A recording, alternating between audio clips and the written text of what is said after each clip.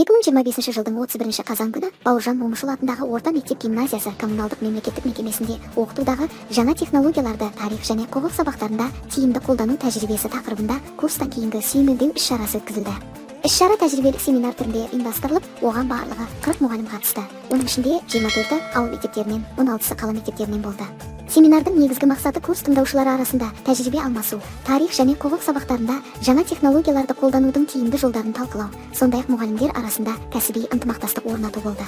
Семинарға Панфилов ауданы бойынша білім бөлімінің әдіскері Ибрагимова Анар Жақсылыковна және Мұрагер аудан тарихшылар бірлестігінің жетекшісі, курс тренері Әуеспаева Майра Абдракимовна жетекшілік етті. Жамбыл атындағы орта мектептің тарих пәнінің мұғалімі Сабитова Айнұр Талғатқызы өз сөзінде тарихты цифрлы форматта оқытудың маңыздылығына тоқталды. Ол жасанды интеллекттің білім берудегі мүмкіндіктерін атап өтіп, оның оқу процесін жеңілдетіп, тиімділігін арттыратынын айтты. Мұғалім сабақтарда чат, Gemini, Gamma, Thread сияқты заманауи құралдарды қолданудың оқушылардың қызығушылығын арттырып, шығармашылық қабілетін дамытатынын түсіндірді. Сондай-ақ Padlet, Kahoot, Wordwall және Bowling платформалары арқылы интерактивті тапсырмалар жүргізудің артықшылықтарын атап өтті. Ол ойын және саяхат сабақтарының оқушылардың тарихи танымын кеңейтіп, сыни ойлау қабілеттерін жетілдіретінін ерекше айтты.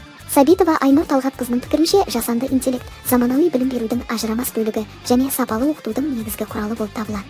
Өз сөзінің соңында ол мұғалімдердің жаңа технологияларды қолдану арқылы оқушылардың болашағына жол ашатынын атап өтті. Надик орта мектебінің тарих пәнінің мұғалімі Кетебаева Баян Нұрлановна тарих сабақтарында заманауи технологиялар мен цифрлық құралдарды қолданудың маңыздылығын атап өтті. Ол оқушылардың тарихи білімін тереңдету үшін инновациялық әдіс-тәсілдерді тиімді пайдалану қажет екенін айтты.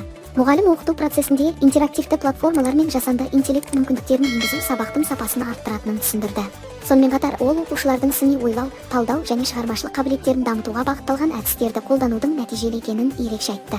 Кетебаева Баян Нұрлановна сабақ барысында оқушылардың белсенділігін арттыру үшін ойын және зерттеу элементтерін енгізудің тиімділігін мысалмен көрсетті. Өз сөзінің соңында ол заманауи технологияларды қолдану сапалы білім мен тұлғалық дамудың кепілі екенін атап өтті. Көктал Арасан орта мектебінің тарих пәнінің мұғалімі Рахалиева Айжан Мақатаевна өз сөзінде курстан алған білімдерін тәжірибеде қолданғандарын атап өтті. Ол бүгінгі Z ұрпақтарының цифрлық технологияларды ерте меңгергенін және мультимедиялық құралдардың оқушылардың белсенділігін арттыратынын айтты. Мұғалім тарихты оқытуда виртуалды экскурсиялар, интерактивті электронды оқулықтар және тарихи симуляцияларды қолданудың тиімділігін ерекше атап өтті. Айжан Мақатаевна цифрлық платформалардың оқу процесінде көрнекілік пен қызығушылықты арттыруға көмектесетінін және Қазақстанның білім беру жүйесінің цифрлық трансформация арқылы әлемдік стандарттарға сай келетінін ерекше атап өтті. Номер 6 орта мектептің тарих пәнінің мұғалімі Елгедаева Мария Умбетжановна белсенді әдіс-тәсіл оқушылардың танымдық белсенділігін арттырып, сыни ойлау қабілеттерін дамытуға мүмкіндік беретінін айтты. Мұғалім интерактивті әдістер мен цифрлық ресурстарды қолдану арқылы сабақтың сапасын арттыруға болатынын түсіндірді. Мысал ретінде Google Sheets, Kahoot, Quizzes, Mentimeter сияқты платформаларды атап өтті. Сондай-ақ ол екі жақты күнделік, стикердегі жазба, ранжирлеу сияқты инновациялық әдістерді пайдалану арқылы оқушылардың қызығушылығын арттыруға болатынын айтты. Елгедаева Мария Умбетжановна заманауи технологиялардың білім беру процесін жаңа деңгейге көтеріп, оқушылардың сыни және шығармашылық ойлау қабілеттерін дамытатынын ерекше атап өтті.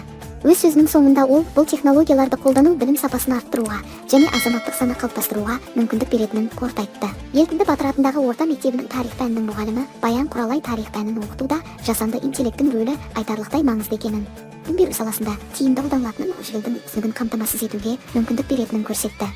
Сонымен қатар жиі құралдары мұғалімдердің уақытын үнемдеп, шығармашылық жұмысқа көбірек көңіл бөлуге мүмкіндік береді. Осы курста Майра Абдракимовна бізге көптеген белсенді әдіс-тәсілдер үйретіп, жасанды интеллектінің оқу процесінде қалай тиімді қолдануға болатынын көрсетті.